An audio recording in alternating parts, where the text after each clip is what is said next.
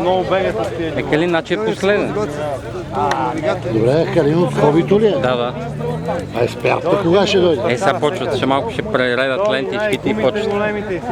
Сега с експерта? Не знам, тази долу зона ще им я пуснете там долу, виж? Там от... Да, там е я. Там твоя на гробница ли е направен? Много жестоко. Те, добре де? Заобиколява това. Не карал тия. Айде, баченка. Дали ти не пречим, да ще бутнем долу ровина.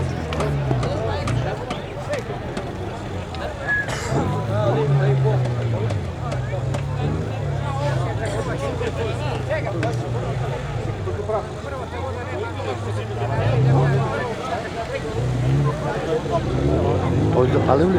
Кое? Джипката. Или кара още една колата.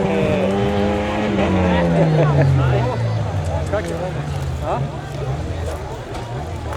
Добре.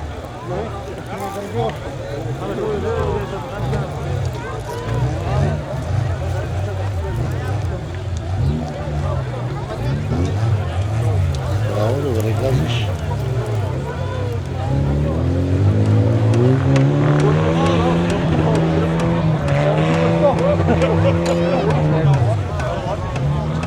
Гледай си.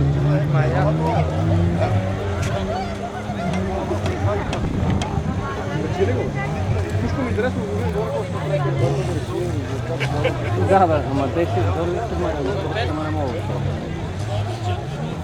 Значи излезе някаква кокалица.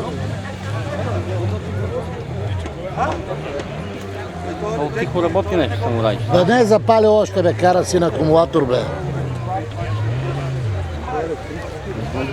Той е на тия соларните, на соларните, еко. Зелена енергия ще кара. Браво, Кале.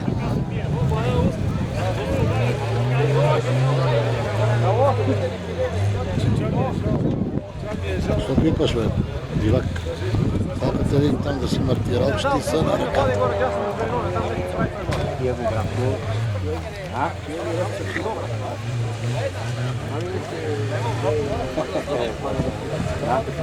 Как се прави с локта? Тук да му кажа, че той поднавен камък на средата и да се качи отвър на тази вода на големи вода. Гледа! Добре беше покрив. По-добре беше без мут. Да, нека си по-добре беше без мут.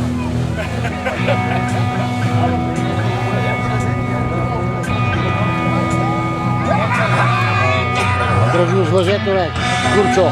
И така по трасето два екипажа, номер 15 Владимир Димитров и Цветан Миков с Сузуки Самурай от Ботевград и номер 16 Калин Митров и Кристиян Янков с Сузуки Сандара от Не, Слони. трябва да го даде като калпачка. Като калпачка трябва. Ако го беше драпнал с лъжето, можеше да си дойде. Калпачка така и да го насочи.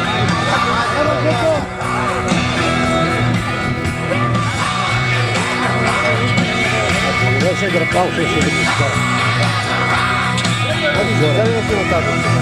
Да, изгражда. Зимнито, това синито. Ама го така пусна назад, напред, като да дойде тук плътно в това. А точно там, къде сега предни сме, е нарочно изкопа на зелената. И като там няма и дизайн. Как аз казвам, трябва тези гуми да са горе. Пред назад малко и...